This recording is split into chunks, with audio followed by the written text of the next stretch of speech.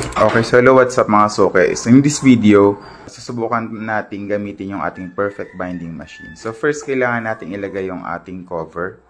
So kailangan natin makuha yung center niya and then ipesto natin siya dito sa part na ito. Then after that, kunin natin yung ibabind natin. So kailangan natin siyang tuktukin para magpantay-pantay siya. Kailangan pantay siya kasi pag hindi siya pantay, hindi siya magiging maganda yung bind. And then, inopen na natin yung mag-iipit sa kanya. Then, close. Ayan. Then, kung okay na siya,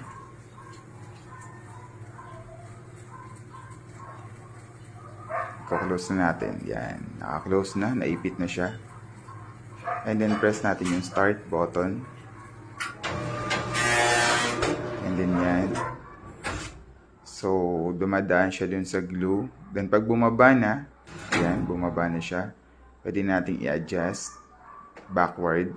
Yan, para bumalik na yung machine sa kanyang pwesto. And then, yun na. Ayan. So, nabind na natin yung isang aklat. Ganun lang kabilis mag-bind gamit ang perfect binding machine.